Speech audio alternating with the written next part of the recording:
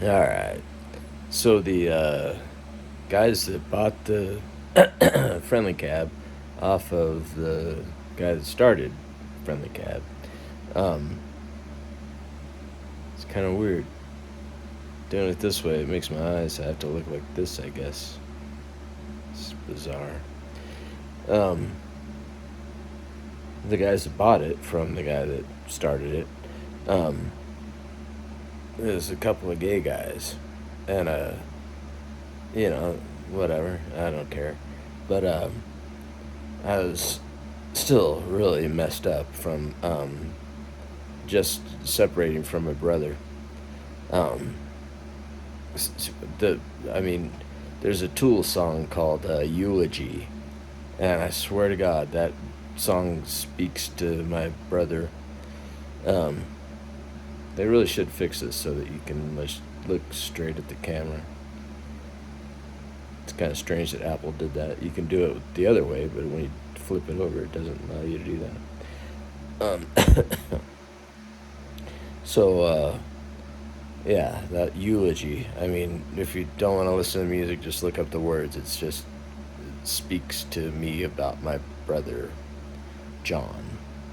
Um, and, the guy was, uh, growing up with him, he was an emotional minefield. I came up with that when I was about 13, because he'd just be, you know, hanging out with him, and then boom, he'd just start flipping out. Strange guy, really strange, and passive aggressive and insane. He says he never lies. You know, this is the guy that I looked up to. I was the youngest, and he was the oldest, and emulated, and I believed everything he said, but he actually lies to himself and to everybody else. So, this is the state of mind I was in when I started with the cab company, Friendly Cab, and that's why I was off and on, because I figured driving a cab, I'll get into that later too, but in America, they don't respect cab drivers, and I was in that mindset when I started it. I was just like, oh, I've hit rock bottom. This is the worst job on the planet. you know, I wasn't a very good employee back then. I had some serious issues I had to work through. So, um, uh, I was off and on with the when the during the era that the gay guys owned it, and but I gained a lot of experience out of Friendly Cab, um, and then I was there when the two brothers bought it, and one time when I very first started, um, the one of the owners, trying to figure out where the camera one lens is, um, one of the owners printed out this medical run. He goes, "Hey, you want to do a medical run for $10 an hour?" And I was like, "Oh, well, whatever, my day off, make some extra money." And printed out this MapQuest thing and the whole bit, and I wound up going the wrong way. I went the wrong way up into Grand Canyon, just because, I don't know. I mean, my mind was mush back then. That's all I can say. But that led to me kind of fired, quit kind of thing. I don't know. It was embarrassing. And my car got hit. It was snowing. Somebody ran into my car while I was gone. It was a hard time. So I'd go to other cab companies and work for them for a while, and then go back. And that lasted, I don't know, 5 years. Then the two brothers bought it, and the Corky's daughter bought it. And these are guys that I've gone camping with, and fishing with, and hunting with, and hung out with. One of the brothers, when we were both cab drivers for Friendly, before they were owners, he helped me build my dad's shed So we spent a lot of time out there in this 100-foot square, 20-foot high shed with the all of it just a sheet metal shed. Um, yeah, that also I could go on that story.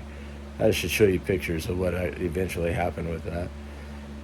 Um, yeah, I'll talk about that later. So the brothers bought it, and when I was working with these guys before, during the when the gay guys owned it, I worked with these two brothers overnight. We were the graveyard shift, and we all had to take turns dispatching, and then sometimes there was times when I was actually by myself and I covered everything. We used to have appointments at the Yin Yang, and I covered it. I did it all by myself because everybody went out of town or whatever. If cars break down, there's all kinds of different things that go on, especially in front of the cab. There's always something.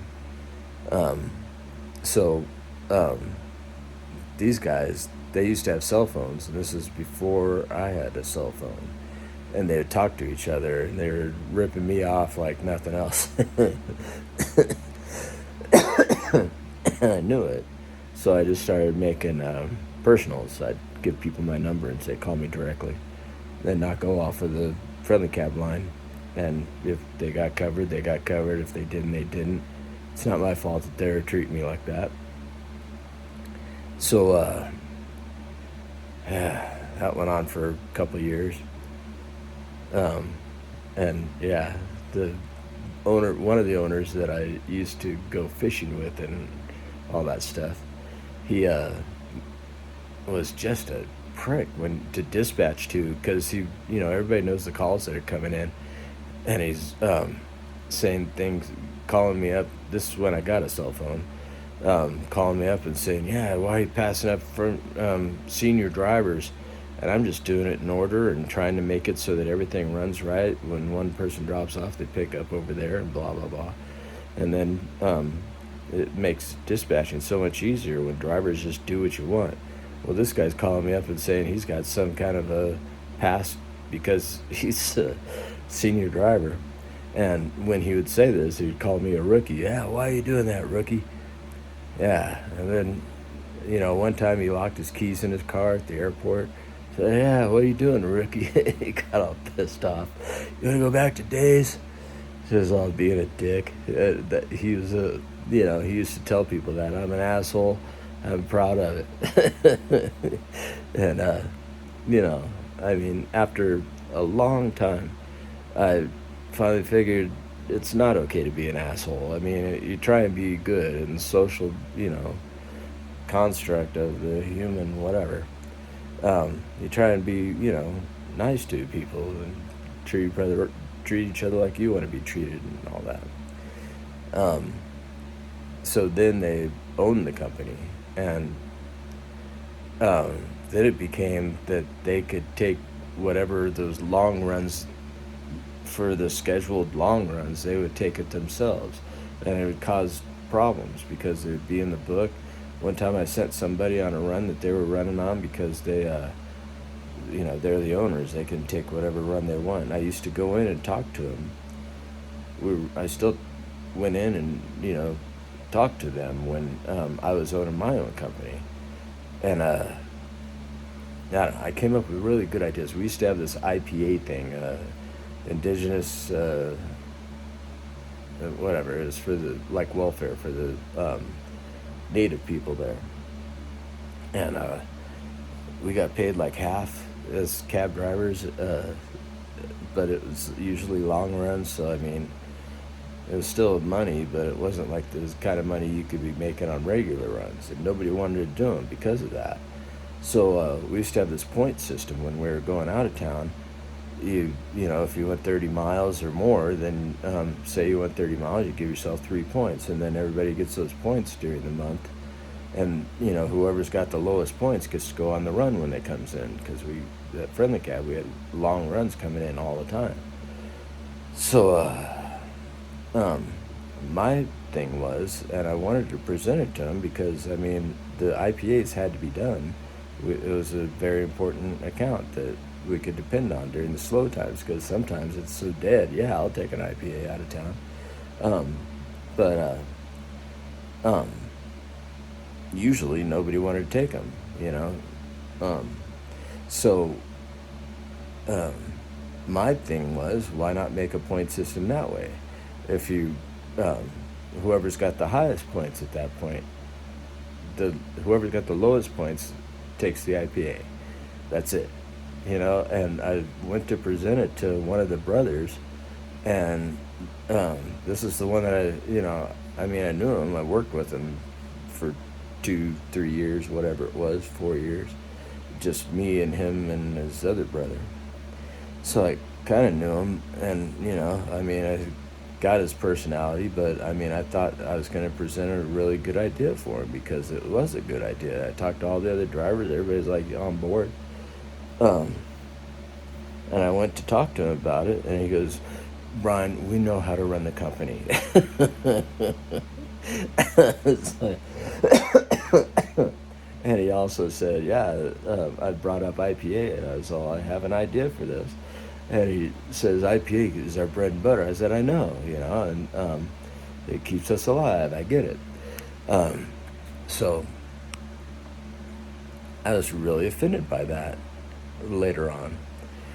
So yeah, worked with them. And we had all these new drivers that they hired on when I came back, when they were owners. A bunch of new drivers that they knew what they were doing, because they've been there for a while. It really does take like 4 years to really know what you're doing as a cab driver. Really, I mean, if you last more than 3 years, then maybe they'll last. Drivers, there's all kinds of different things, drugs and accidents and all kinds of just things that jerk driving. That was my deal. I was a jerk driver, but for a reason. I always had a reason to be a dick. But if somebody's riding too close to me and it's a 2-lane highway, I mean, yeah, I'll slow down. I'll slow down at 65 down to 30, and sometimes it was so bizarre they'd still stay behind me. Instead of passing me up, I'd pull over the side of the road and they'd still pull over. Weird. It's just so bizarre. But anyways, so I was driving for those guys, and then I hit the horse, and that's what pretty much led to me starting my own company, because they wanted a whole bunch of money for this car. So it was such a just a junk. It was so hard to drive. Yeah, front end was washed out. They wanted to charge me $3,000 for it. No, I thought, pay $3,000 to these guys or start my own business, and that's what got me to do it. For 10 years, I made mad cash. So there's, what are we at now? 13. So yeah, that's what started my company. I went into the horses and all the animals in another video to talk about what happened with that. But, I guess next I'll do res stories, because I've got some good res stories that it's like bizarro land, driving on Mars. Yeah, just really, really insanely bizarre. Anyways, bye.